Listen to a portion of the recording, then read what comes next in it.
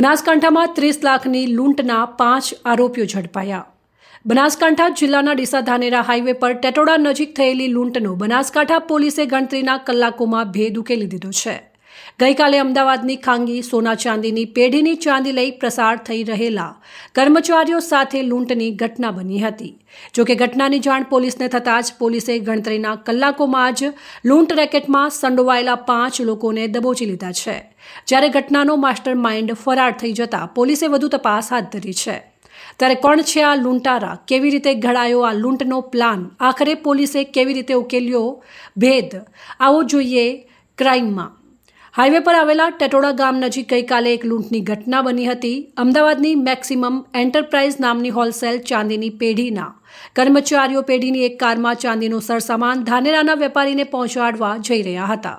તે સમયે એક કારમાં આવેલા કેટલાક શખ્સોએ આ કારને આંતરી પેઢીના કર્મચારીને લાકડીના ગોધા મારી તેની પાસે રહેલી 13 કિલોથી વધુ ચાંદી સહિત ₹30.36 લાખનો મુદ્દામાલની લૂંટ કરી આ શખ્સો રફુચક્કર થઈ ગયા હતા।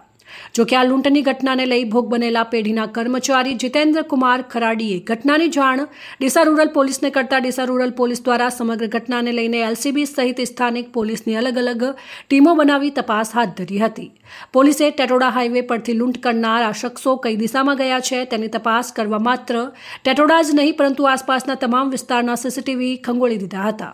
જોકે આ દરમિયાન એલસીબીના કર્મચારીઓને બાતમી મળી કે આ લૂંટ કરનાર ઇસમો એલ્ટ્રોઝ કાર સાથે જાવલ ગામથી ભરત થઈ ડીસા તરફ જવાના છે અને પોલીસે આ બાતમીના આધારે સખત નાકાબંધી કરી તો કેટલાક પોલીસ કર્મચારીઓએ આ કારને ઝડપી પાડવા પ્રાઇવેટ કારમાં સવાર થઈ આરોપીઓને ઝડપી પાડવાના પ્રયાસો કર્યા તો લૂંટારુઓએ પોલીસને પણ ન છોડી અને પોલીસની પ્રાઇવેટ કારને પણ ટક્કર મારી દીધી। પરંતુ તેમ છતાં પણ પોલીસે આ લૂંટારુઓને ભાગવામાં સફળતા ન જાય તે માટે આખરે પોલીસે લૂંટ કરી ભાગી રહેલા કાંકરેજના ઉમરી ગામના સખરસિંહ કનકસિંહ વાઘેલા, વિપુલસિંહ સખરસિંહ વાઘેલા, લીલુભા રાવુભા વાઘેલા તો ઊંઝાના બ્રહ્મવાડાના વિક્રમસિંહ બચુસિંહ ચૌહાણને ઝડપી પાડી તેમની પાસેથી ₹30.36 લાખનો મુદ્દામાલ કબજે કર્યો।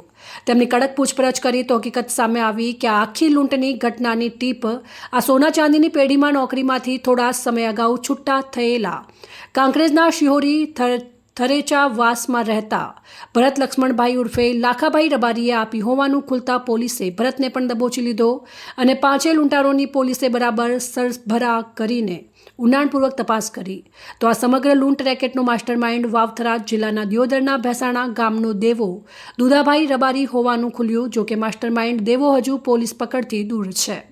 અત્યારે તો પોલીસે આ 5 લૂંટારુઓને દબોચી તેની પાસેથી મુદ્દામાલ કબજે કર્યો છે અને ફરાર આરોપી દેવાની પોલીસે શોધખોળ હાથ ધરી છે। ત્યારે હવે આ લૂંટનો માસ્ટર માઇન્ડ દેવો પોલીસના હાથે ક્યારે લાગે છે અને આ ઘટનામાં વધુ શું ખુલાસા થાય છે તે જોવું રહેશે। અહેવાલ અમૃતમાળી, સંબંધ ભારત ન્યૂઝ ડીસા।